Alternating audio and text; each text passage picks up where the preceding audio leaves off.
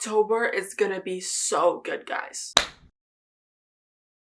Hey guys, welcome back to my channel. For those of you who don't know me, my name is Faith and thank you so much for watching. I'm filming this on my camera today instead of my phone, so hopefully everything is better, audio, image quality, coloring, everything like that. If you've watched my past videos, you may know that I have struggled with the coloring and image quality of my videos. That's because I filmed these on my phone, but today I'm filming this on my camera and my camera came with a microphone, so hopefully the audio is also better. Depending on how this video turns out, this is probably how I'm gonna film all my videos from now on, so just bear with me as I try to figure things out. But anyways, today we're gonna be talking about my most anticipated new book releases for the remainder of the year. And this video was inspired by Gabby Reads on YouTube, so be sure to go check her out. The first book actually comes out on August 27th, and I've actually never read anything written by this author, but it is Breaking Point by Mads Rafferty. Sorry if I didn't pronounce that correctly. This is a hockey romance, and if you know me, you know I love a hockey romance. She keeps posting snippets from the book and it sounds so good. If you've watched my channel before, you probably know that I'm terrible at summarizing things. So I'm just gonna go ahead and read you the blurb provided by the author. So hopefully you guys can be excited for these books as well. Hopefully you hear something that you like. This is the blurb for Breaking Point, which is on Goodreads. Hockey star Grayson Crawford is in hot water.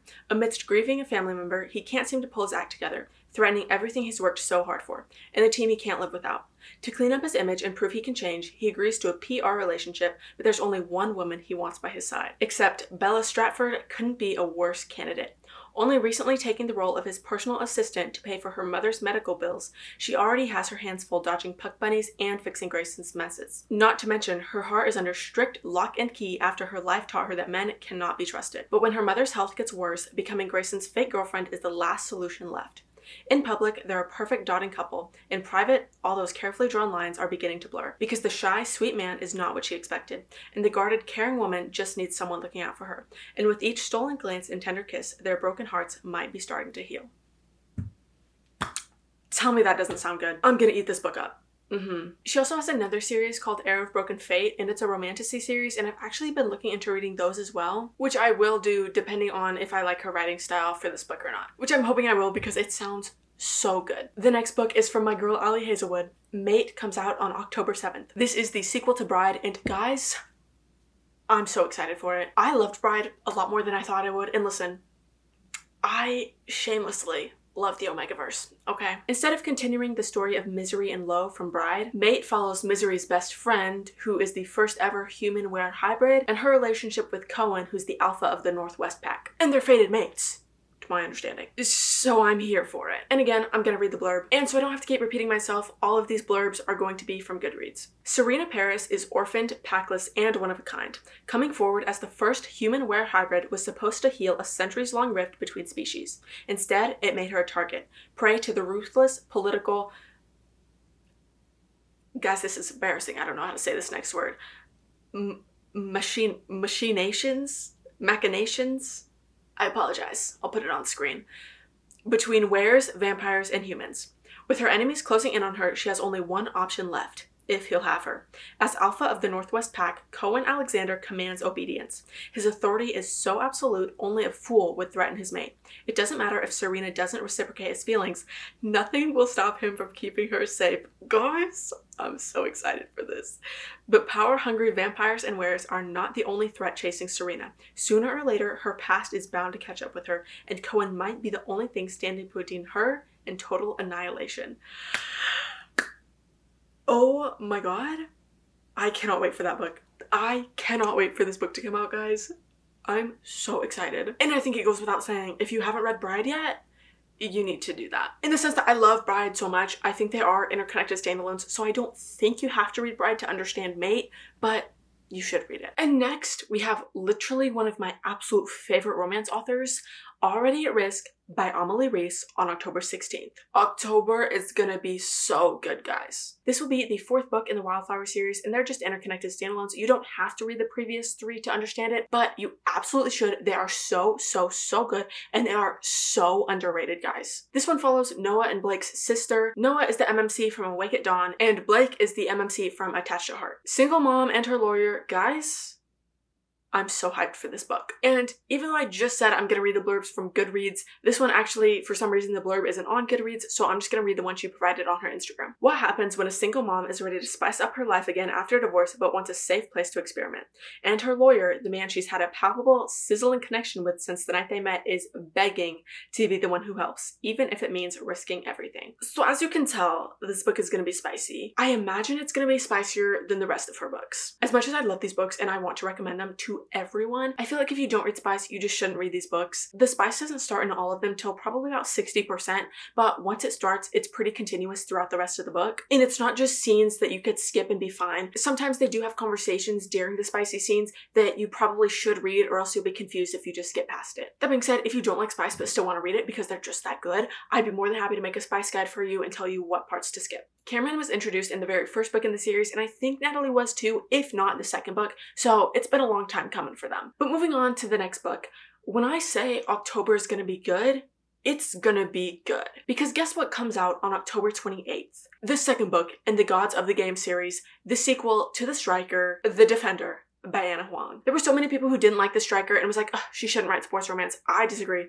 I loved it. I ate it up. And I'm gonna eat up The Defender as well because I love them. Let me read y'all the blurb. As captain of the Black Castle Football Club and one of the highest paid athletes in the game, Vincent Dubois should be on top of the world.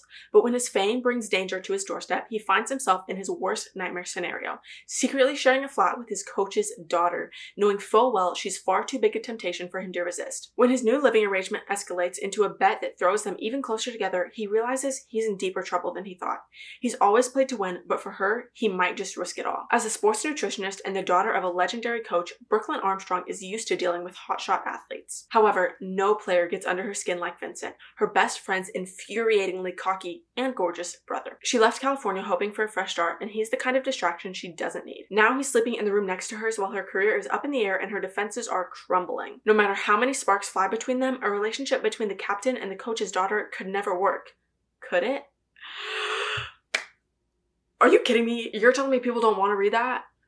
Right. Guys, this book is going to be so good. I was so late to reading The Striker, but I'm going to read this promptly when it comes out. The Striker was the first soccer romance that I read, but it definitely will not be the last. Obviously, because I'm going to read The Defender, but I'm going to read other ones written by other authors as well. So if you have any good recommendations, or really just any sports romance recommendations, or honestly just any book recommendations, give them my way. Okay, so this next book I don't think actually has an official release date yet, but from what I've heard, it's coming out in November, and that is Sinbin by Chelsea Curto. Sorry if I pronounced that wrong. And if you watched my last video, you know that I read the first book in the DC Star series, which is Face Off, but I actually haven't read the other 3 yet. Assuming it does come out in November, I have 2 months to read 3 books, and I flew through Face Off.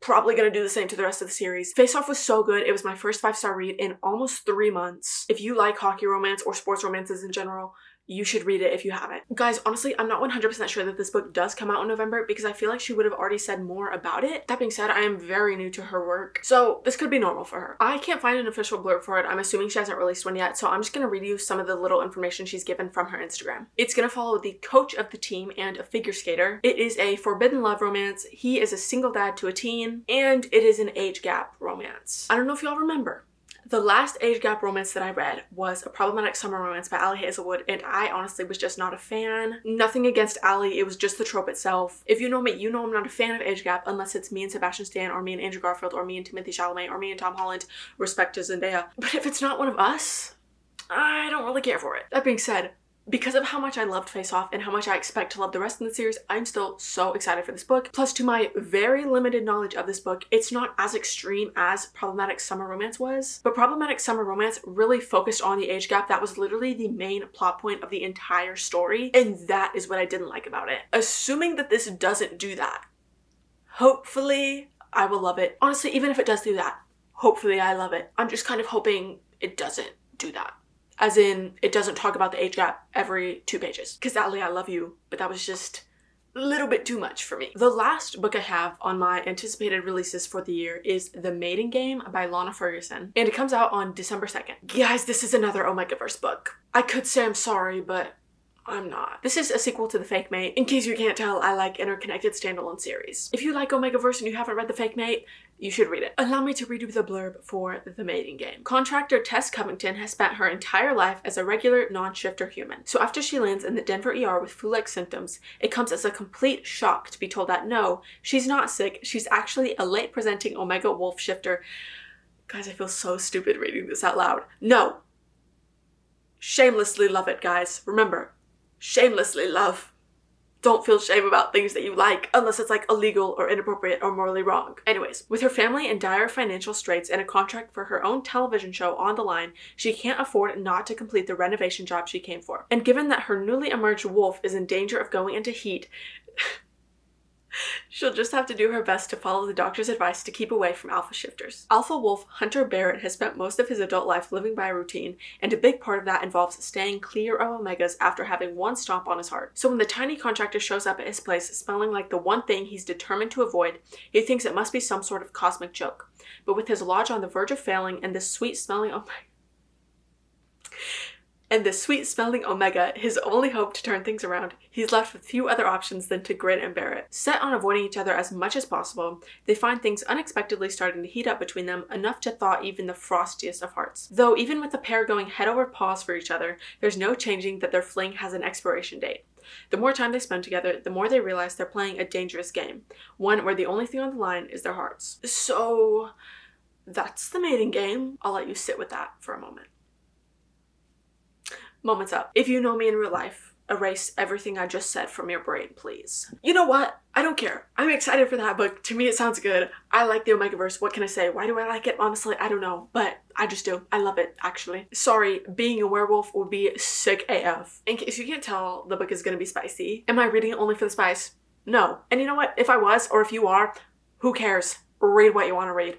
But, again, I like the Omegaverse, guys. And I really think that just started with Twilight. Even though I'm Team Edward, the shifters were still cool, guys. Those are my most anticipated books for the rest of the year. I am super excited for every single one of them. There's only 6, but there's also barely 4 months left in the year. If I did this at the beginning of this year or the beginning of next year, this list would be way longer. And there are also other books I'm excited for, but these are like my top ones. If you haven't heard of these books, you're welcome for informing you. And hopefully you're excited about at least one of them, like me. If not, and you're just here for, I don't know, at this point, the vibes, me, thank you. Thanks for watching. I hope the image quality was way better. I hope the coloring was way better. And I hope the audio was way better on this video. Next week is the 3rd video in my series where I'm comparing book to film or TV show adaptations. And I still don't have a book or movie picked out. So if you want to leave a recommendation, feel free to do that. If I don't get to it next week, I will for sure do it at some point. Just no promises of when. So far, I've done A Good Girl's Guide to Murder and Jurassic Park. If you like those, you should go check out those videos. It seemed a lot of you liked my Jurassic Park one. Thank you. I was really wanting to do The Lost World for this next one, but I just never got around to reading it. I'm really hoping I get to it before the end of the year though, so hopefully it comes at some point in 2025. That is all that I have for you guys today. Feel free to tell you the book that you're most excited for in the comments. Doesn't have to be one of these 6, just any book that you're excited for. Be sure to like and subscribe and follow my Instagram in the description for more bookish content. I hope you had or are having a fantastic summer. For those of you who went back to school, good luck with the school year. Love you guys. Bye!